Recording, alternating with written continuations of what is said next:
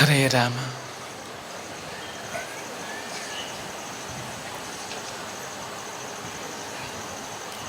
ಎಲ್ಲೆಲ್ಲಿ ಅಡ್ಡಾಡುವುದನ್ನ ಮನವು, ಅಲ್ಲಲ್ಲಿ ಕಾಣಲೈ ಗುರು ನಿನ್ನ ತನುವು. ಎಲ್ಲಿ ತಲೆಬಾಗಿಸುವೆನಲ್ಲಲ್ಲಿ ನಿತ್ಯ, ಕಾಣಲೈ ಗುರು ನಿನ್ನ ಪದಕಮಲ ಸತ್ಯ.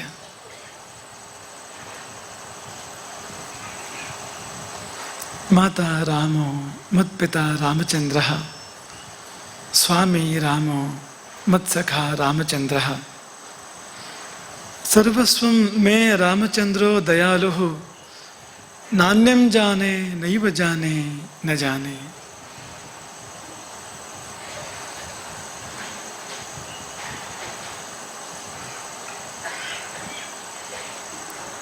ರಾಕ್ಷಸಾಂತಕ ರಾಮ ಸೇವಕ ನಿನ್ನ ಮಂಗಲ ಮೂರ್ತಿ, ರಾಮ ಲಕ್ಷ್ಮಣ ಜಾನಕಿಯ ಜೊತೆ ಎದೆಯೊಳಿರಲಿ ಮಾರುತಿ, ಎದೆಯೊಳಿರಲಿ ಮಾರುತಿ, ಎದೆಯೊಳಿರಲಿ ಮಾರುತಿ.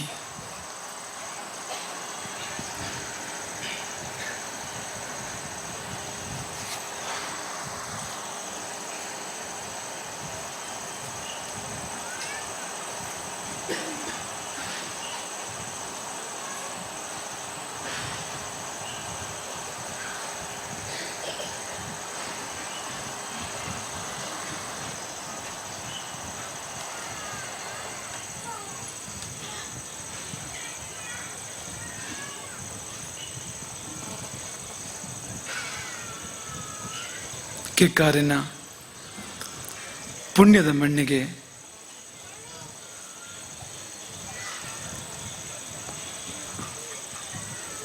ನಿನ್ನೆ ನೆನಪು ಮಾಡ್ಕೊಂಡು ಹೇಳೋದಾದ್ರೆ ಅನಂತ ನಮನಗಳು, ಇಂದಿನ ನೆನಪು ಮಾಡ್ಕೊಂಡು ಹೇಳೋದಾದ್ರೆ ಪೂರ್ಣ ನಮನಗಳು.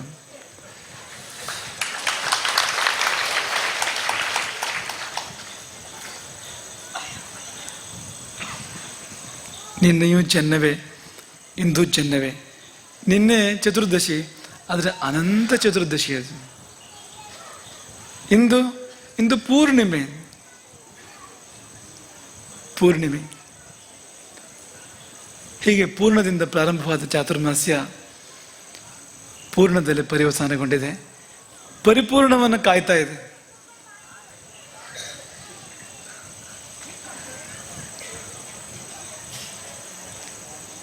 ಹಾಗೆ ನೋಡಿದರೆ ಈ ಚಾತುರ್ಮಾಸ್ಯ ಪೂರ್ಣವಾಯಿತು ಎನ್ನುವುದೇ ಒಂದು ಪವಾಡ. ಒಂದು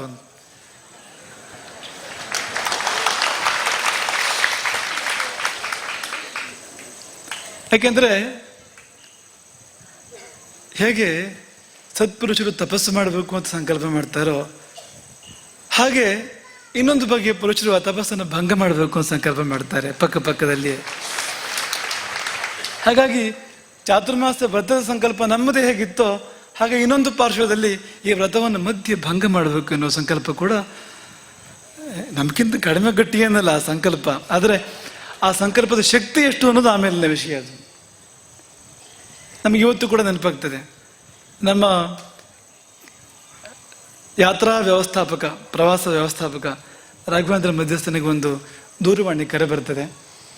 ಆ ದೂರವಾಣಿ ಕರೆ ಮಾಡಿದವನು ಹೇಳ್ತಾನೆ, ಗುರುಗಳಿಗೆ ತಿಳಿಸಿ ಈ ಚಾತುರ್ಮಾಸ್ಯ ಪೂರ್ತಿ ಆಗೋದಿಲ್ಲ, ಮಧ್ಯದಲ್ಲಿ ನಿಂತು ಹೋಗ್ತದೆ. ಅವನು ಭವಿಷ್ಯ ಹೇಳ್ತಾನೆ, ಇಂಥದ್ದೊಂದು ಕೇಸು ಬರ್ತದೆ ಮಧ್ಯದಲ್ಲಿ, ಇಂಥದ್ದೊಂದು ಕೇಸು ಬರ್ತದೆ, ಅದರ ಪರಿಣಾಮವಾಗಿ ಚಾತುರ್ಮಾಸ್ಯ ಮಧ್ಯೆ ತುಂಡಾಗಿ ಹೋಗ್ತದೆ ಅಂತ ಅವನಿಗೆ ಒಂದು ದೂರವಾಣಿ ಕರೆ ಬರ್ತದೆ. ನಾವು ನಕ್ಕವು, ಮತ್ತೇನು ಮಾಡೋದು? ಅಪ್ಪ, ಚಾತುರ್ಮಾಸ್ಯ ಪೂರ್ಣ ಮಾಡೋದು ನಿನ್ನ ಕೈಲಿಲ್ಲ, ಭಂಗ ಮಾಡೋದು ನಿನ್ನ ಕೈಲಿಲ್ಲ, ಅದಿರೋದು ರಾಮನ ಕೈಯಲ್ಲಿ.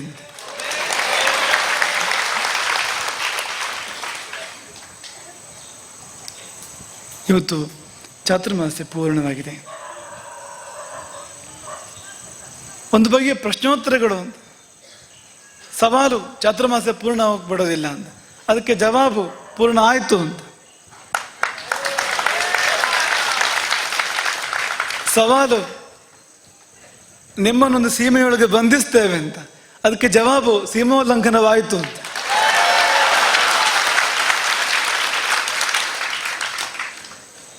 ಚಾತುರ್ಮಾಸ್ಯಕ್ಕೆ ಬರುವಾಗ ನಿಮಗಿದು ಅರ್ಥ ಆಗಲಾರದು ಪೂರ್ತಿಯಾಗಿ ನಾವು ಹೇಳಿದರೆ ಅದು ನಾವು ಚಕ್ರವ್ಯೂಹದ ಮಧ್ಯೆ ಇದ್ದವು ಅಂತ.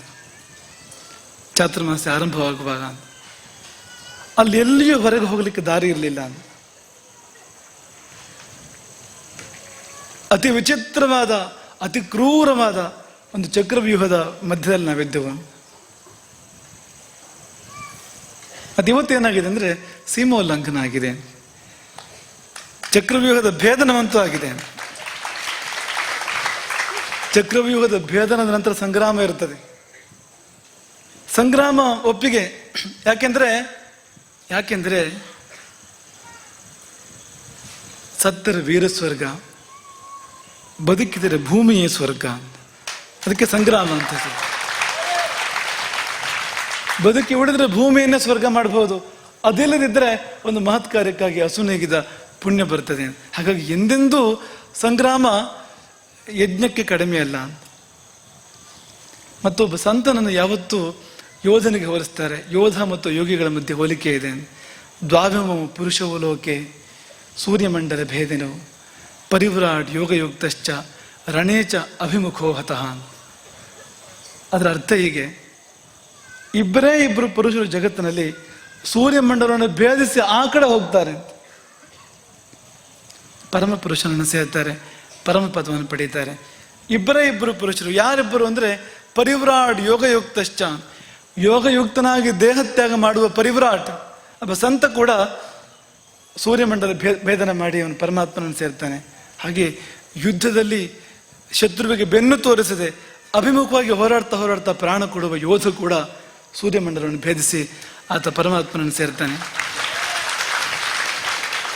ನಮ್ಮ ಮುಂದೆ ಚಕ್ರವ್ಯೂಹ ಇತ್ತು, ನಮ್ಮ ಸುತ್ತ ಚಕ್ರವ್ಯೂಹ ಇತ್ತು.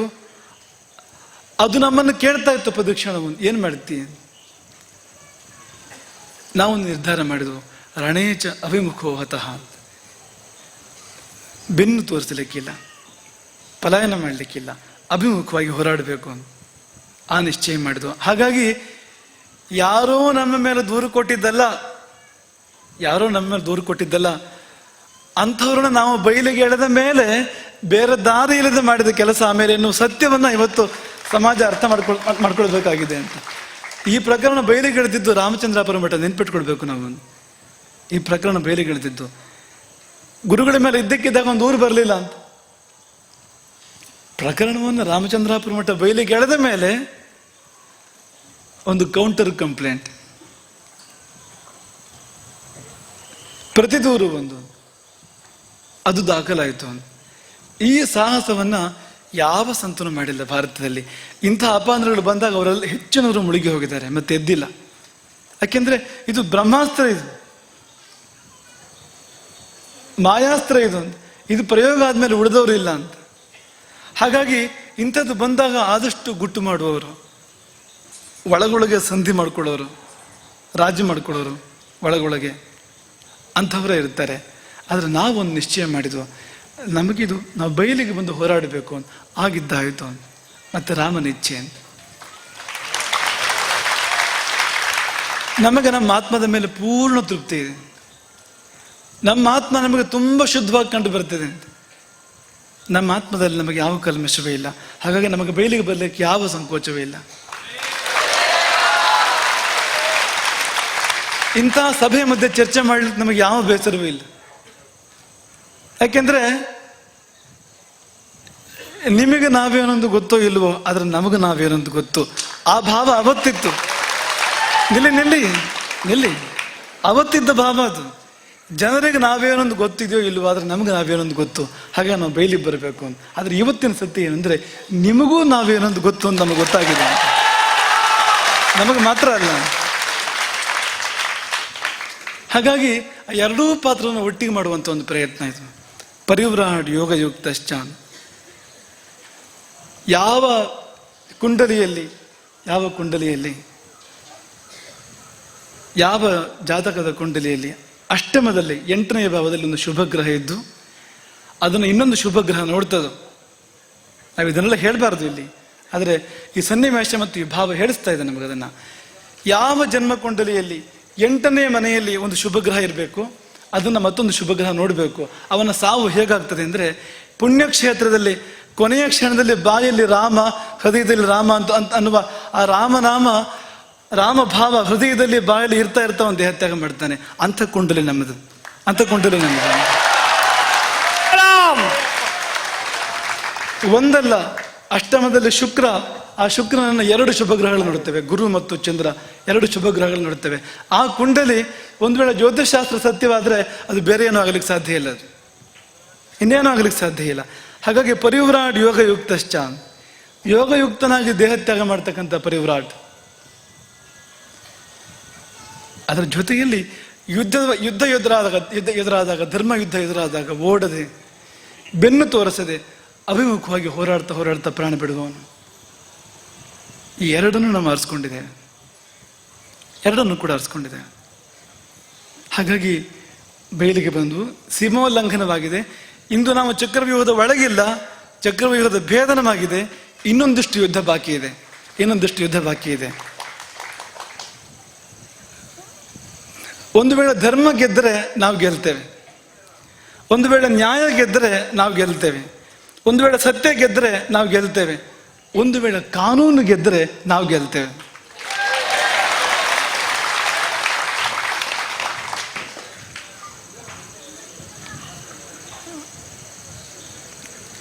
ಅದೊಂದು ವಿಗಡ ಪ್ರಯತ್ನ. ಅದು ಈ ಪ್ರಯತ್ನ ಮಾಡಿದವರಿಗೆ ಈ ಸಮಾಜದ ಇಷ್ಟಾರು ಮುಖಗಳು, ಇಷ್ಟಾರು ಹೃದಯಗಳು, ಇವರ ಭಾವಗಳು ಶೂನ್ಯ. ಅವರ ಪಾಲಿಗೆ ಸಾವಿರ ಬಂಧಗಳು.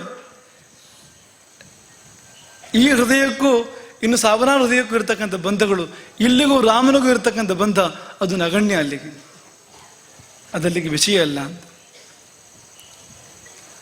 ಅವರು ಹಡಗು ಮುಳುಗಿಸಲಿಕ್ಕೆ ಹೊರಟರು, ಆದರೆ ಹಡಗಿನ್ನು ಮುಳುಗಿಲ್ಲ ಮಾತ್ರ ಅಲ್ಲ, ಅದು ರಾಮನ ದಡದ ಕಡೆಗೆ ಸಾಗ್ತಾ ಇದೆ ಇವತ್ತು ಕೂಡ, ಈ ಕ್ಷಣದಲ್ಲೂ ಕೂಡ.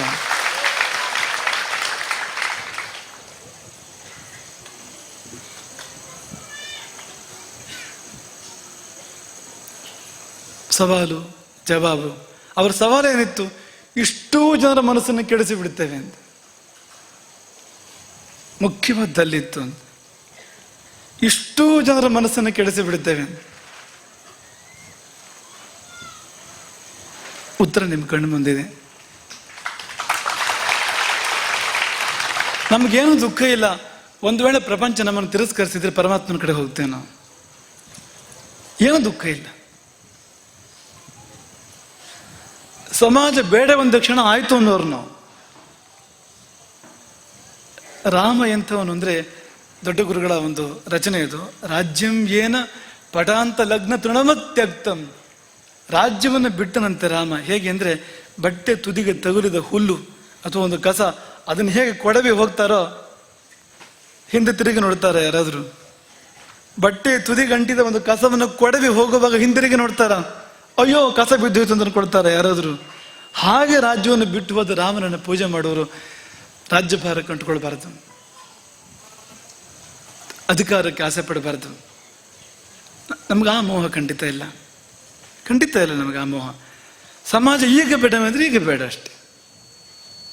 ಪ್ರಪಂಚ ತಿರಸ್ಕರಿಸಿದ್ರೆ ಪರಮಾತ್ಮ ಇದ್ದಾನೆ, ಅದು ಈಗಲೂ ಉಂಟು, ಯಾವಾಗಲೂ ಉಂಟು. ಆದರೆ ಸಮಾಜ ಹಾಗೆ ಮಾಡಲಿಲ್ಲ, ಪ್ರಪಂಚ ಹಾಗೆ ಮಾಡಲಿಲ್ಲ. ನಮಗೆ ಶಮಂತಕ ಮಣಿಯ ಕಥೆ ನೆನಪಾಗ್ತದೆ. ಪೂರ್ವ ಗ್ರಂಥಗಳು ವರ್ಣನೆ ಮಾಡ್ತೇವೆ ಅದನ್ನ. ಕೃಷ್ಣನ ಮೇಲೆ ಅಪವಾದ ಬಂತು. ಏನು ಅಪವಾದ ಅಂದ್ರೆ, ಶಮಂತಕ ಮಣಿಯನ್ನು ಕದ್ದ ಅಂತ ಅಪವಾದ ಬಂತು. ಅದ್ರ ವಿವರಕ್ಕೆ ನಾವು ಹೋಗೋದಿಲ್ಲ. ಒಂದು 3 ತಿಂಗಳು ಹೊರಗೆ ಬರಲಿಲ್ಲ ಅಂತ ಕೃಷ್ಣ. ಯಾಕೆ ಅಂದ್ರೆ, ಕಷ್ಟ ಆಯ್ತು ಕೃಷ್ಣನಿಗೆ. ಹೇಗೆ ಮುಖ ತೋರಿಸಲಿ ಸಮಾಜಕ್ಕೆ ಅಂತ ಅನ್ನಿಸ್ತು ಅವನಿಗೆ. ಕೃಷ್ಣನಿಗೆ ಹೀಗಾಯ್ತಂತೆ, ಹೇಗೆ ಸಮಾಜಕ್ಕೆ ಮುಖ ತೋರಿಸಲಿ? ಕಳ್ಳ ಅಂತಾರಲ್ಲ, ಶಮಂತಕ ಮಣಿಯನ್ನು ಕದ್ದಿದ್ದಾನೆ ಅಂತಾರಲ್ಲ, ಸಮಾಜಕ್ಕೆ ಹೇಗೆ ಮುಖ ತೋರಿಸಲಿ? ಹೊರಗೆ ಬರಲ್ವಂತೆ ಅವನು. ಆದ್ರೆ ನಮಗೆ ಹೊರಗೆ ಬರದೆ ಉಪಾಯ ಇಲ್ಲ, ನಮಗೆ ಹೊರಗಡೆ ಬರದೆ ಉಪಾಯ ಇಲ್ಲ. ಯಾಕಂದ್ರೆ ನೀವು ಕಾಯ್ತಾ ಇರ್ತೀರಿ ಹೊರಗಡೆಗೆ. ಕಾರ್ಯಕರ್ತರು ಒಪ್ಕೊಂಡಿರ್ತಾರೆ 24 ಪಾದ ಪೂಜೆ ಇದೆ ಅಂತ. ಅವನು ಮಂಗಳಾರತಿ ತಟ್ಟೆ ಹಿಡ್ಕೊಂಡು ಕಾಯ್ತಾ ಇರ್ತಾನೆ, ಹೊರಗೆ ಬರೆದಿರೋದು ಹೇಗೆ? ಭಾರತೀಯ ಪ್ರಕಾಶನ ಜಗದೀಶ್ವರರು 60 ದಿನಕ್ಕೆ 60 ಪುಸ್ತಕ ಬಿಡುಗಡೆ ಮಾಡಬೇಕು. ಅವರಂಥ ಅದ್ಭುತ ಕಾರ್ಯ ಮಾಡುವಾಗ, ಅಷ್ಟು ದೊಡ್ಡ ಕೆಲಸ ಮಾಡುವಾಗ, ನಮ್ಮ ಯಾವುದೋ ಕೊರತೆ ಅಥವಾ ಯಾವುದೋ ಸಂಕೋಚಕ್ಕಾಗಿ ನಾವು ಹೊರಗೆ ಬರದೇ ಇದ್ರೆ ಆ 60 ದಿನದ ಆ ಮಹಾಕಾರ್ಯ ಅದು ನಿಲ್ಲಿಸ್ಲಿಕ್ಕೆ ನಮಗೇನು ಹಕ್ಕು? ಒಂದು ದಿನ ಇಲ್ಲ ಅಂತ ಮಾಡ್ಲಿಕ್ಕೆ ನಮಗೇನು ಹಕ್ಕು? ಹಾಗಾಗಿ ಯಾವ ದಿನವೂ ಹೊರಗೆ ಬರಬೇಕಾದ ದಿನ ಹೊರಗೆ ಬರದೆ ನಾವು ಒಳ್ಳೆಯದಿಲ್ಲ. ಆದ್ರೆ ನಾವೇನು ಹೇಳಲಿಕ್ಕೆ ಹೊರಟು ಬಂದ್ರೆ, ನಮಗೆ ಒಂದಿಷ್ಟು ಸಂಕೋಚ ಉಳಿದಿವಂತ ನೀವು ಮಾಡಲಿಲ್ಲ ಅಂತ. ನೀವು ಹೇಗೆ ನಡ್ಕೊಂಡ್ರಿ ಅಂದರೆ, ನಮಗೆ ಒಂದಿಷ್ಟು ಮುಜುಗರ ಆಗದಿರೋ ಹಾಗೆ ಮಾಡಿದ್ರೆ ನೀವು ಅಂತ. ನಾವು ನಿಮ್ಮನ್ನು ಎಷ್ಟೋ ಸಾರಿ ಸಂತೈಸಿರ್ಬೋದು, ನಿಮ್ಮ ಕಷ್ಟಗಳಲ್ಲಿ ಅಥವಾ ನಿಮ್ಮ ಕ್ಲೇಶಗಳಲ್ಲಿ ಸಂತೈಸಿರ್ಬೋದು. ಆದರೆ ಈ ಸಮಯದಲ್ಲಿ ನೀವು ನಮ್ಮನ್ನು ಸಂತೈಸಿದ ರೀತಿ ಮತ್ತು ನಮ್ಮ ಹತ್ತಿರದ ಕಾರ್ಯಕರ್ತರು ನಮ್ಮನ್ನು ಸಂತೈಸಿದ ರೀತಿ ಅದು ಅನನ್ಯ. ಅದನ್ನು ಮರೀಲಿಕ್ಕೆ ಸಾಧ್ಯ ಇಲ್ಲ. ಹೇಗೆ ಸಂತೈಸಿದ್ರು ನಾವು ಯಾರಿಗೂ ಹೇಳಲಿಲ್ಲ. ಈ ನಮ್ಮ ಕಷ್ಟವನ್ನ ತಾನಾಗಿ ಯಾರಿಗೂ ಗೊತ್ತಾಯ್ತು. ಅನೇಕರು ಪ್ರಾಣ ಕೊಡುವರಿದ್ದಾರೆ ಇಲ್ಲಿ, ನಮ್ಗೆ ಗೊತ್ತು. ಅನೇಕರು ಸರ್ವಸ್ವ ತ್ಯಾಗ ಮಾಡುವಂಥವ್ರಿದ್ದಾರೆ. ನಾ ಜೈಲಿಗೆ ಹೋಗೋ ಸಿದ್ಧ ಅಂಥವ್ರಿದ್ದಾರೆ. ಅನೇಕರು ಏನು ಬೇಕಾದ್ರೂ ಮಾಡುವಂಥವ್ರಿದ್ದಾರೆ. ಆದರೆ ಯಾರಿಗೂ ನಾವು ಹೇಳಲಿಲ್ಲ. ಹೇಗೆ ಹೇಳೋದು ಈ ಕರ್ಮವನ್ನ ಅಂತ? ಈ ಕಲ್ಮಶವನ್ನು ಹೇಗೆ ಯಾರಿಗೆ ಹೇಳೋದು? ಅವ್ರನ್ನ ಯಾಕೆ ನಾವು ಆಘಾತಕ್ಕೆ ಈಡು ಮಾಡಬೇಕು ಅಂತ? ಆದರೆ ತಾನೇ ಯಾರಿಗೆ ಗೊತ್ತಾಯ್ತು ಅವ್ರಿಗೆ ಗೊತ್ತಾಯ್ತು. ಅವ್ರು ಏನು ಮಾಡಬೇಕು ಅದನ್ನ ಮಾಡಿದರು. ಅವರು ಹೇಗೆ ಹೋರಾಡಿದ್ದಾರೆ ಅಂದರೆ, ಗೊತ್ತಾದವರು ಪ್ರಾಣ ಪಣಕ್ಕಿಟ್ಟು ಹೋರಾಡಿದ್ದಾರೆ. ಅವರು ಬೇರೆ ಯಾವ ಕೆಲಸನೂ ಮಾಡಲಿಲ್ಲ. ಅವ್ರು ಯಾರೂ ಸರಿ ನಿದ್ದೆ ಮಾಡಿಲ್ಲ, ಅವ್ರು ಯಾರೂ ಸರಿ ಊಟ ಮಾಡಿಲ್ಲ. ಈ ಮಧ್ಯದ ಅವಧಿಯಲ್ಲಿ ಪ್ರಾಣ ಪಣಕ್ಕಿಟ್ಟು ಹೋರಾಡಿದ್ದಾರೆ ಅವರೆಲ್ಲರೂ ಕೂಡ. ಹಾಗಾಗಿ ಇವತ್ತು ಈಗಿರುವ ಸ್ಥಿತಿ ಇದೆ. ಅದರಿಂದಾಗಿ ಬಹುಶಃ ಈ ಘಟನೆ ಮುಗಿದು ಹೋದ ನಂತರ ಆ ಕೆಲವರನ್ನು ನೆನಪು ಮಾಡ್ಕೊಳ್ಬೇಕು ನಾವು. ಇವತ್ತು ನಾವು ಹೆಸರು ಹೇಳೋದಿಲ್ಲ. ಅವರಿಂದಾಗಿ ಪೀಠ ಉಳಿಯಿತು, ಅವರಿಂದಾಗಿ ಸಮಾಜ ಉಳಿಯಿತು.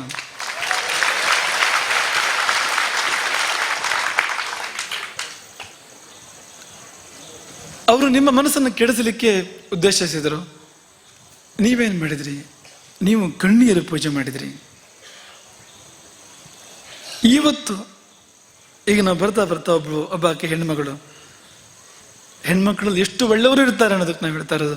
ಒಬ್ಬಾಕೆ ಹೆಣ್ಮಗಳು ಧಾರಾಕಾರವಾಗಿ ಕಣ್ಣೀರು ಇಡ್ತಾಳೆ, ಬಿಕ್ಕಿ ಹೇಳ್ತಾಳೆ, ಏನಾಯ್ತು ಅಳಬೇಡ ಅಂತ ನಾ ಹೇಳಿದ್ರೆ, ಅವಳ ಬಾಯಿಲಿ ತೊದಲ್ತಾ ಬರೋ ಮಾತು, ಸಂಸ್ಥಾನ ನಾವು ನಿಮ್ಮನ್ನು ಬಿಡೋದಿಲ್ಲ, ಸಂಸ್ಥಾನ ನಾವು ನಿಮ್ಮನ್ನು ಬಿಡೋದಿಲ್ಲ, ಯಾವತ್ತೂ ನಾವು ನಿಮ್ಮನ್ನು ಬಿಡೋದಿಲ್ಲ.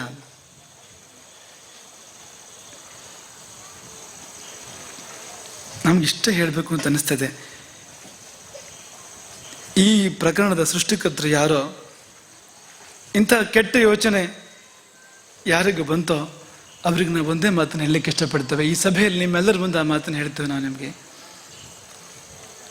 ನಾವು ಅಮೃತ ಕೊಟ್ಟೆವು, ಯಾಕೆಂದ್ರೆ ನಮ್ಮಲ್ಲಿ ಅಮೃತ ಇತ್ತು.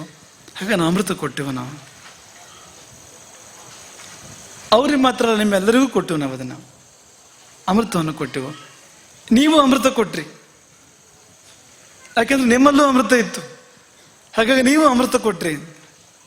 ಆದರೆ ಯಾರಲ್ಲಿ ಅಮೃತ ಇಲ್ಲ ಅವರು ತಮ್ಮಲ್ಲಿ ಏನಿದೆಯೋ ಅದನ್ನು ಕೊಡಬೇಕೋ ಬೇಡವೋ?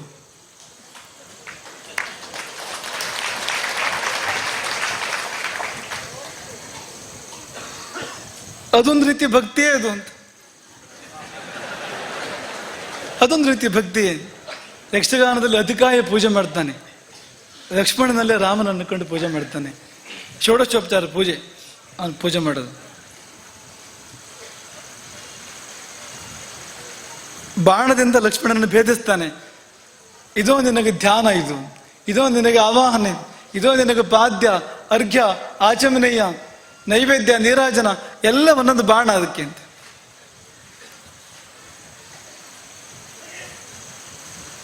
ಆತ ಹೇಳ್ತಾನೆ, ನಾನು ರಾಕ್ಷಸ, ನಾವು ಪೂಜೆ ಮಾಡೋ ಕ್ರಮವೇ ಹೀಗೆ ಅಂತ.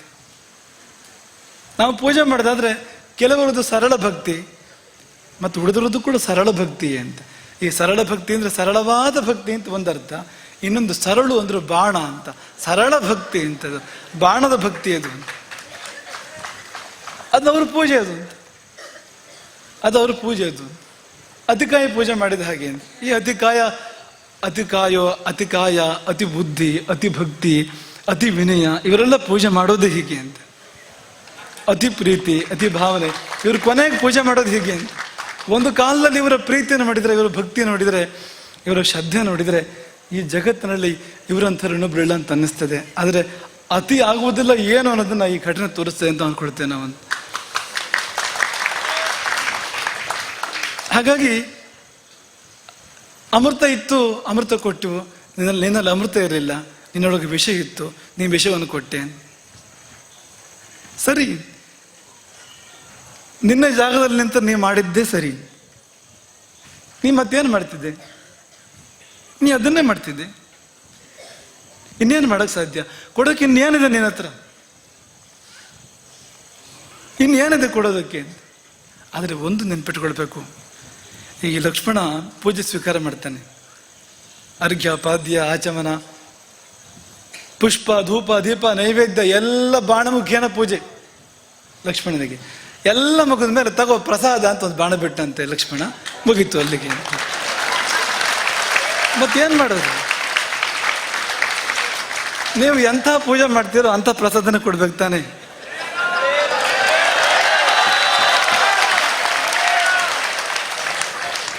ಕೆಲವು ಸಂಗತಿಗಳು ಯಾಕೆ ನಡೆದವು ಅಂದ್ರೆ ಇಂಥ ಕಾರಣಕ್ಕಾಗಿ ನಡೆದವು. ನೀವು ಎಂಥ ಪೂಜೆ ಮಾಡ್ತೀಯೋ ಅಂಥ ಪ್ರಸಾದ ಕೊಡದೆ ಮತ್ತೇನು ಮಾಡಲಿ ಅಂತ ಪ್ರಸಾದ ಕೊಡದೆ ಅಂತ. ಹಾಗಾಗಿ ಇವತ್ತು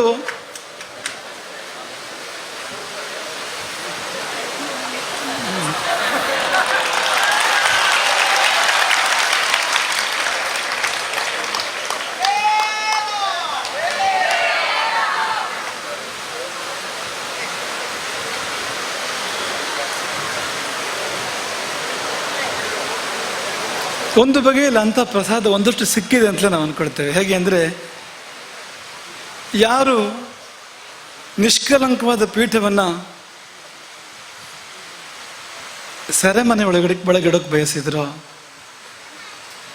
ಅವರು ಅಲ್ಲೇ ಇದ್ದಾರೆ ಇವತ್ತು.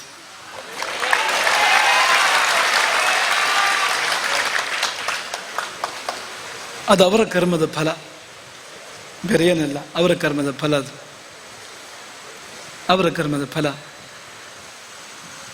ಈ ಘಟನೆ ಮೊಟ್ಟ ಮೊದಲು ನಮ್ಮ ಗಮನಕ್ಕೆ ಬಂದಾಗ ನಮ್ಮ ಕಣ್ಮುಂದೆ ಮತ್ತೆ ಮತ್ತೆ ಬರ್ತಾ ಇದ್ದ ಉದಾಹರಣೆ ಏನಂದ್ರೆ, ನಾವು ಈ ಗೋರಕ್ಷಣೆ ಕಾರ್ಯದಲ್ಲಿ ಆಗಾಗ ಹೇಳ್ಕೊಳ್ತಾ ಇದ್ದು, ಒಂದು ಗೋವು ಎಷ್ಟು ನಮ್ಮನ್ನು ಪ್ರೀತಿ ಮಾಡ್ತದೆ, ಎಷ್ಟು ಸೇವೆ ಮಾಡ್ತದೆ ನಮ್ಮನ್ನದು. ಅದು ಉಸಿರಾಡಿದರೆ ಗಾಳಿ ಶುದ್ಧ ಆಗ್ತದೆ, ಅದು ಹಾಲು ಕೊಟ್ಟರೆ ನಮಗೆ ಹೊಟ್ಟೆ ತುಂಬುತ್ತದೆ, ಅದು ಸಗಣಿ ಹಾಕಿದರೆ, ಗೋಮೂತ್ರ ಕೊಟ್ಟರೆ ನಮ್ಮ ಜೀವನ ಹಸನಾಗ್ತದೆ. ಜೀವನ ಇಡೀ ನಮಗೆ ಕೊಡ್ತಾ ಇರ್ತದೆ ಅಲ್ವ ಗೋವು. ಜೀವನ ಇಡೀ ನಮಗೆ ಬಗೆ ಬಗೆಯ ಉಪಕಾರಗಳನ್ನು ಮಾಡಿದ ಗೋವು. ಅದು ಇನ್ನೂ ಉಪಕಾರ ಮಾಡುವ ಹಾಗೆ ಇರುವಾಗಲೇ ಕಟುಕರಿಗೆ ಕೊಡೋರಿಗೆ ಏನನ್ಬೇಕು? ಜೀವನವಿಡೀ ಉಪಕರಿಸಿದ ಗೋವು. ಇನ್ನೂ ಮಾಡೋಕ್ಕೆ ಸಾಧ್ಯ ಇದೆ, ಅದಕ್ಕೆ ಇನ್ನೂ ಮಾಡೋಕ್ಕೆ ಸಾಧ್ಯ ಇರುವಾಗಲೇ ತತ್ಕಾಲದ ಲಾಭವನ್ನು ಅಪೇಕ್ಷಿಸಿ ಆ ಗೋವನ್ನು ಕಟುಕರಿಗೆ ಮಾರೋರಿಗೆ ಏನನ್ಬೇಕು? ಗೋವಿನ ಬಗ್ಗೆ ನಾವು ಈ ಉದಾಹರಣೆ ಕೊಡ್ತಾ ಇದ್ದು, ನಮಗೆ ಈ ಉದಾಹರಣೆ ಬರುತ್ತೆ ಅಂತ ನಾವು ಅನ್ಕೊಳ್ಳಿಲ್ಲ ಅಂತ. ಈ ಉದಾಹರಣೆ ನಮಗೆ ಅನ್ವಯ ಆಗುತ್ತೆ ಅಂತ ಅನ್ಕೊಳ್ಳಿಲ್ಲ ನಾವು. ಈ ಉದಾಹರಣೆ ಕೊನೆಗೆ ನಮಗೇ ಬಂದು ನಿಂತಿತ್ತು ಅಂತ ಸಮೀಕರಣ ಮಾಡಿದಾಗ ನಿನ್ನ ಕಥೆಯೂ ಇದೆ ತಾನೆ ಅಂತ. ಕೊಟ್ಟೆ ಕೊಟ್ಟೆ ಕೊಟ್ಟೆ ಇನ್ನೂ ಕೊಟ್ಟೆ, ಒಳ್ಳೇದಾಗು ಅಂದೆ, ಚೆನ್ನಾಗಿರೋ ಅಂದೆ, ಪ್ರತಿಯಾಗಿ ಬಂದಿದ್ದೇನು ಇದು ಅಂತ. ಒಂದು ಕ್ಷಣವೂ ಕೆಡುಕು ಬಯಸಲಿಲ್ಲ. ಒಂದು ಅಲ್ಪವಾದ ಕೆಡುಕನ್ನು ಕೂಡ ಕನಸಲ್ಲೂ ಮಾಡಲಿಲ್ಲ. ಕನಸಲ್ಲೂ ಕೂಡ ಏನ್ ಮಾಡಿದೆ? ಆ ವ್ಯಕ್ತಿಯನ್ನು ಕೇಳಬೇಕು, ಏನ್ ಮಾಡಿದೆ?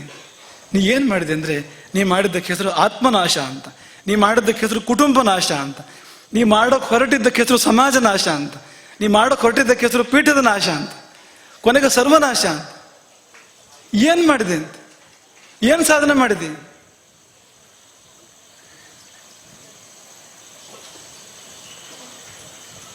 ಏನ್ ಗಳಿಸಿದೆ ಕೊನೆಗೆ? ನೀನು ಆರುಗಾದೆಯೋ ಅಂತ. ಎಲೆ ಮಾನವ ಒಂದು ಗೋವು ಕೇಳುವಾಗ ನಾವು ಕೇಳಬೇಕೀಗ ಅಂತ. ನೀನು ಯಾರಿಗಾದೆಯೋ? ಯಾರಿಗಾದ ನೀನು ನಿನಗಾದೆಯ? ಕೊನೆ ಪಕ್ಷ ನಿನ್ನ ಕಥೆ ಏನಿವತ್ತು? ಈ ಯುದ್ಧದಲ್ಲಿ ನೀನು ಗೆದ್ರೆ ನೀನು ಸೋತೆ, ನೀನು ಸೋತ್ರೆ ನೀನು ಸತ್ತ ನೀನು ಅಂತ ಯುದ್ಧ ಮಾಡ್ತಾ ಇದೆಯಲ್ಲ ಅಂತ. ನೀ ಗೆದ್ದರೂ ಸೋತೆ, ಇದರಲ್ಲಿ ನೀನು ಸೋತರೂ ಸೋತೆ ಅಂತ. ಯಾಕೆ ಬೇಕು ಇಂಥದ್ದು? ಯಾರಿಗೂ ಒಳ್ಳೇದಿದ್ದು? ಯಾರಿಗೂ ಒಳ್ಳೇದಿದ್ದು ಅಂತ?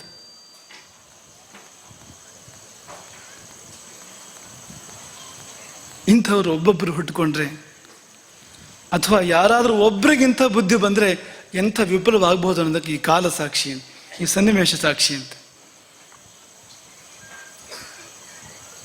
ಇಂಥದ್ದನ್ನು ಮಾಡಬಾರದು.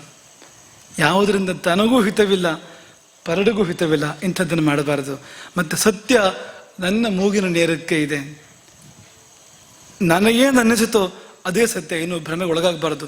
ಇಷ್ಟು ದೊಡ್ಡ ಪ್ರಪಂಚ ಇದೆ, ಇಷ್ಟು ದೊಡ್ಡ ಸಮಾಜ ಇದೆ, ಇವರೆಲ್ಲ ಮೂರ್ಖರಾಗಾದ್ರೆ, ನೀವೆಲ್ಲ ಮೂರ್ಖರಾಗಾದ್ರೆ, ನಿಮಗೆ ಯಾರಿಗೂ ಬುದ್ಧಿ ಇಲ್ವಾ? ನಿಮಗೆ ಕಣ್ಣಿಲ್ವಾ? ನಿಮ್ಮೆಲ್ಲರ ತಿಳುವಳಿಕೆ ತಪ್ಪ? ನಿಮ್ಮೆಲ್ಲರ ಭಾವನೆಗಳು ತಪ್ಪ ಹಾಗಾದ್ರೆ? ಈಗಲೂ ಇಂಥ ವಿಷಯವನ್ನು ನಿಮ್ಮ ಮನಸ್ಸಿನಲ್ಲಿ ಬಿತ್ತಿದ ಮೇಲೆ ಕೂಡ ನಿಮ್ಮ ಭಾವನೆ ಇವತ್ತು ಹೀಗಿದೆ. ಈ ಭಾವನೆ ತಪ್ಪ ಹಾಗಾದ್ರೆ? ಅಸತ್ಯವ ಈ ಭಾವನೆ ಇದು? ಹಾಗಾದ್ರೆ ಸತ್ಯ ಯಾವುದು? ಒಂದು ವೇಳೆ ಇದು ಸುಳ್ಳು ಅಂತಾದ್ರೆ ಈ ಜಗತ್ತಲ್ಲಿ ಸತ್ಯ ಮತ್ತು ಯಾವುದೂ ಇಲ್ಲ, ಸತ್ಯವೇ ಉಳಿಯೋದಿಲ್ಲ ಪ್ರಪಂಚದಲ್ಲಿ.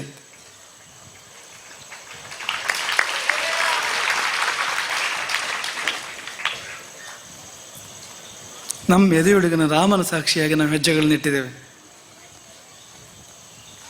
ನಾವಿಟ್ಟ ಹೆಜ್ಜೆಗಳು ಅದು ರಾಮನ ಹೆಜ್ಜೆಗಳು, ಅಷ್ಟು ಮಾತ್ರ ನಾವು ಹೇಳಬಲ್ಲೆವು ನಾವು.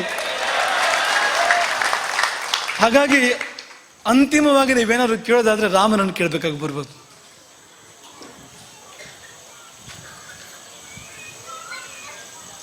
ಅಲ್ಲಿದೆ ಸತ್ಯ ಅಂತ, ಅಲ್ಲಿದೆ ಸತ್ಯ ಅಂತ. ಅವನಿಗೆ ಗೊತ್ತಿದೆ ನಾವೇನು ಅಂತ, ನಾವು ಹೇಗಿದ್ದೆವು ಅಂತ, ನಾವು ಏನಾಗಿದ್ದೆವು ಅಂತ. ಅದು ಎಷ್ಟು ಉನ್ನತ ಭಾವ ಅನ್ನೋದು ಅವನಿಗೆ ಗೊತ್ತು, ರಾಮನಿಗೆ ಗೊತ್ತದು. ಹಾಗಾಗಿ ನಮಗೆ ರಾಮನೆದುರು ಒಂದಿಷ್ಟು ಕೂಡ ಅಳುಕಿಲ್ಲ.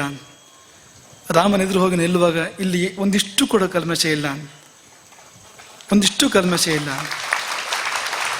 ಪೂರ್ಣ ತೃಪ್ತಿ ಇದೆ ನಮಗೆ, ಸಂಪೂರ್ಣ ಸಮಾಧಾನ ಇದೆ ನಮಗೆ, ಒಂದಿಷ್ಟು ಕೂಡ ಕಲ್ಮಶ ಇಲ್ಲ. ಹಾಗಾಗಿ ಯಾವುದಕ್ಕೂ ಅಂಜಬೇಕಾದಿಲ್ಲ. ಆದರೆ ಒಂದು, ನಮಗೆ ಖಂಡಿತ ಯುದ್ಧ ಗೆಲ್ಲಬೇಕಾಗಿದೆ. ನಮಗೆ ಯುದ್ಧವನ್ನು ಯಾಕೆ ಗೆಲ್ಲಬೇಕು ಅಂದರೆ, ನಮಗೆ ನಿಮಗಾಗಿ ನಾವು ಯುದ್ಧವನ್ನು ಗೆಲ್ಲಬೇಕು. ನಮಗಾಗಿ ಆದರೂ ಹೋಗಲಿ ಬಿಡಿ, ಅದೇನಾದ್ರೂ ಏನದು, ಮಾನ ನಿನ್ನದು, ಅಪಮಾನ ನಿನ್ನದು, ಏನಾದ್ರೂ ಏನದು, ಎಲ್ಲವೂ ಬಿಟ್ಟಾಗಿದೆ. ಮತ್ತೆ ಇನ್ನು ಬಿಡ್ಲಿಕ್ಕೆ ಬೇರೆ ಇನ್ನೇನಿದೆ? ಏನಾದರೂ ಏನು ಅಂತ. ಕಸದೊಳಗೆ ಕಸವಾಗಿ ಹೋಗನಲೆ ನೀನು, ಮಿಸುಕದಿರು ಮಣ್ಣಿನಲ್ಲಿ ಹಾಗೆ ಹೋಗುವ ದೇಹ ಇದು. ಎಲ್ಲವೂ ಹಾಗೆ ಮಣ್ಣಲ್ಲಿ ಮಣ್ಣಾಗಿ ಧೂಳಲು ಧೂಳಾಗಿ ಹೋಗುವಂಥದ್ದು. ಇದು ಏನಾದ್ರೆ ಏನು? ಆದರೆ ಇಂಥ ನಿಷ್ಠೆ ಇದೆಯಲ್ಲ, ಇಂಥ ಭಾವ ಇದೆಯಲ್ಲ, ಈ ಭಾವಕ್ಕಾಗಿ ನಮಗೆ ಏನಾದರೂ ಮಾಡಬೇಕು. ನಮ್ಮನ್ನು ಬಂಧಿಸುವವರಿಗೆ ನಾವು ಕೇಳುವ ಪ್ರಶ್ನೆ ಇದು. ನಮ್ಮನ್ನು ಯಾರು ಬಂಧಿಸಲಿಕ್ಕೆ ಹೊರಟರು ಅವ್ರಿಗೆ ನಾನು ಕೇಳುವ ಪ್ರಶ್ನೆ ಇದು. ಈ ಸಾವಿರ ಸಾವಿರ ಜನರ ಭಾವನೆಗಳನ್ನು ಬಂಧಿಸ್ತೀರಾ ನೀವು? ಲಕ್ಷಾಂತರ ಹೃದಯಗಳನ್ನು ಬಂಧಿಸ್ತೀರಾ ನೀವು? ನಿಮ್ಮಲ್ಲಿ ಅಂಥ ಜೈಲಿದೆಯಾ? ನಿಮ್ಮಲ್ಲಿ ಅಂತಹ ಬೇಡೆಗಳಿದಾವ ನಿಮ್ಮಲ್ಲಿ?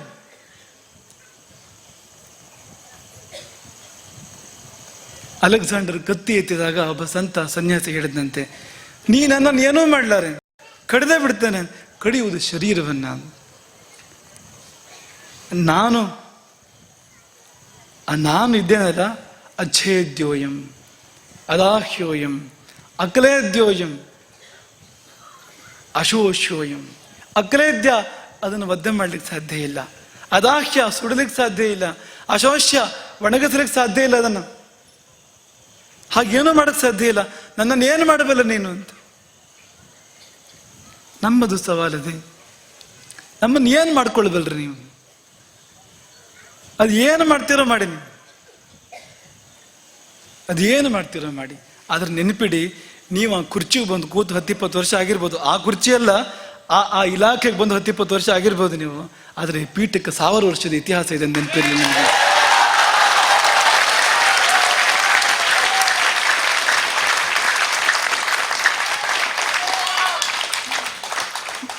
ಅಧಿಕಾರದ ಅಮಲೇರದವರಿಗೆ ನಾವು ನೀಡ ಬಯಸುವ ಸಂದೇಶ ಇದು ಅಂತ.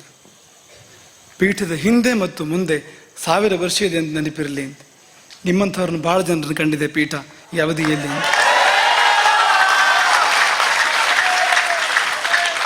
ಚಕ್ರವರ್ತಿಗಳು ಹುಟ್ಟಿದ್ದಾರೆ, ಹೋಗಿದ್ದಾರೆ. ಸಾಮ್ರಾಜ್ಯಗಳು ಹುಟ್ಟಿದಾವೆ, ಹೋಗಿದ್ದಾವೆ. ಈ ಅವಧಿಯಲ್ಲಿ ರಾಮಚಂದ್ರಾಪುರ ಮಠ ಹುಟ್ಟಿದ ಮೇಲೆ ಇಲ್ಲಿಯವರೆಗೆ ಎಷ್ಟು ಸಾಮ್ರಾಜ್ಯಗಳು ಹುಟ್ಟಿಲ್ಲ, ಹೋಗಿಲ್ಲ, ಹೆಸರಿಲ್ಲದೆ ಹೋಗಿಲ್ಲ. ಇವತ್ತಿಗೂ ಮಠ ಇದೆ, ಇವತ್ತಿಗೂ ಮಠ ಇದೆ. ಅದು ನೆನಪಿರಲಿ, ಅದು ನೆನಪಿರಲಿ.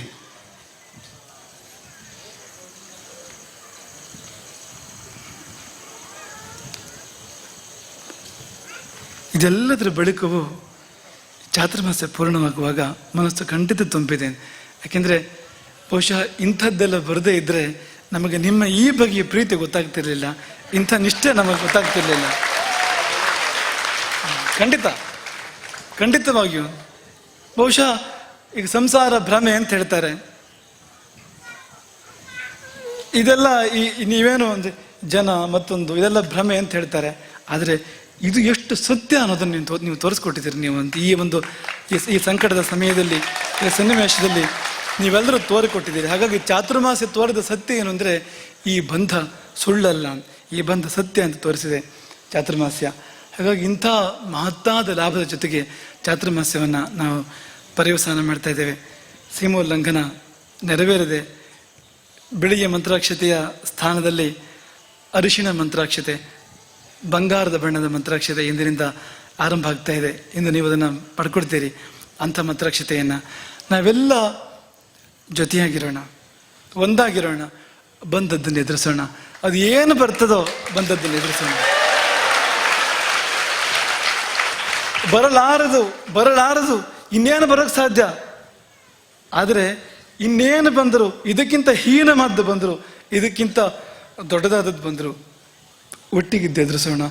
ಭ್ರಮೆಗೆ ಒಳಗಾಗಬೇಡಿ ಯಾವುದೇ ಕಾರಣಕ್ಕೂ. ಯಾಕೆಂದರೆ ಇದು ಮಾಯಾಸ್ತ್ರ, ನೆನಪಿರಲಿ. ಇದು ಮಾಯಾಸ್ತ್ರ. ನಮ್ಮ ಎದುರಿರುವವರು ಸುಳ್ಳನ್ನು ಸತ್ಯ ಮಾಡಲಿಕ್ಕೆ ಹೊರಟವರು, ನಮ್ಮ ಎದುರಿರುವವರು ಸುಳ್ಳನ್ನು ಸತ್ಯ ಮಾಡಲಿಕ್ಕೆ ಹೊರಟವರು. ಹಾಗಾಗಿ ಬಗೆಬಗೆಯ ಭ್ರಮೆಗಳನ್ನು ಮೂಡಿಸುವ ಪ್ರಯತ್ನ ಖಂಡಿತವಾಗಿ ನಡೀಬಹುದು. ಆದರೆ ಖಂಡಿತವಾಗಿ ನಿಮ್ಗೆ ಭ್ರಮೆಗೊಳಗಾಗಬೇಡಿ ಅಂತ ಹೇಳಬೇಕಾಗಿಲ್ಲ, ನಾವು ಖಂಡಿತ ಹೇಳಬೇಕಾದ ಅಗತ್ಯ ಇಲ್ಲ. ಯಾಕೆಂದರೆ ಈ ಭ್ರಮೆ, ಸತ್ಯ, ತರ್ಕ ಇದರ ಮೇಲೆ ನಿಮ್ಮ ಬಾಂಧವ್ಯ ನಿಂತಿಲ್ಲ. ಅದನ್ನು ಈ ದಿನಗಳ ತೋರಿಸಿದ್ದಾರೆ. ನಮ್ಮ ಆಸ್ತಿ ಪ್ರೀತಿ, ನಮ್ಮ ಆಸ್ತಿ ಪ್ರೀತಿ. ಕೊನೆಗೂ ಸತ್ಯ ಅದೊಂದೇ, ಮತ್ತೆಲ್ಲ ಸುಳ್ಳು, ಅದೊಂದೇ ಸತ್ಯ. ಹಾಗಾಗಿ ಪ್ರೀತಿಯ ನೆಲೆ ಮೇಲೆ ನಿಂತಿರ್ತಕ್ಕಂಥ, ಭಾವದ ನೆಲೆ ಮೇಲೆ ನಿಂತಿರ್ತಕ್ಕಂಥ ಬಾಂಧವ್ಯ ಇದು. ಹಾಗಾಗಿ ಈ ಬಾಂಧವ್ಯದ ಮೇಲೆ ನಿಂತು ಈ ಸಾಮ್ರಾಜ್ಯವನ್ನು ಮುಂದೆ ಕೊಂಡೊಯ್ಯೋಣ. ಈ ಹಡಗನ್ನು ರಾಮನ ಕಡೆಗೆ ಕೊಂಡೊಯ್ಯೋಣ. ಏನು ಬಂದರೂ ಎದುರಿಸೋಣ. ಎಂಥದ್ದು ಬಂದರೂ, ಯಾರೇ ಬಂದು ಬಿದ್ದರೂ, ಇಡೀ ಪ್ರಪಂಚ ಬಂದು ಬಿದ್ದರೂ ಕೂಡ ನಾವೆಲ್ಲ ಒಂದಾಗಿದ್ದು ಅದನ್ನು ಎದುರಿಸೋಣ. ಸತ್ಯಮೇವ ಜಯತಿ ನಾನೃತಂ, ಸತ್ಯಮೇವ ಜಯತಿ ನಾನೃತಂ, ಸತ್ಯಮೇವ ಜಯತಿ ನಾನೃತಂ. ಹರೇ ರಾಮ. ಒಂದು ಕ್ಷಣ ಈ ಕ್ಷಣ ಯಾತಕ್ಕಿದೆ ಅಂದರೆ ಈ ಜಯ ಚಾತುರ್ಮಾಸ್ಯವನ್ನು, ಈ ಜಯ ಚಾತುರ್ಮಾಸ್ಯ ಭವನವನ್ನು ಇಟ್ಟಿಗೆಯಾಗಿ ಯಾರು ಕಟ್ಟಿ ನಿಲ್ಲಿಸಿದ್ರೋ ಆ ಕಾರ್ಯಕರ್ತರನ್ನ ನಾವು ಮನಸಾರೆ ಹರಸುವಂಥ ಒಂದು ಕ್ಷಣ. ಆ ಒಂದು ಕ್ಷಣ ಇದು. ಈ ಚಾತುರ್ಮಾಸ್ಯವನ್ನು ಹೀಗೆ ಯಾರು ಸಂಪನ್ನ ಮಾಡಿದ್ರು, ಇಲ್ಲಿ ಬಂದ ಕ್ಲೇಶಗಳನ್ನ ಯಾರು ಎದೆಗೊಟ್ಟು ಎದುರಿಸಿದ್ರು, ಅವರೆಲ್ಲರನ್ನ ಒಂದೇ ಒಂದು ಕ್ಷಣ ತುಂಬ ಪ್ರೀತಿಯಿಂದ ನಾವು ನೆನೆಸಿಕೊಳ್ತೇವೆ. ಹರೇ ರಾಮ.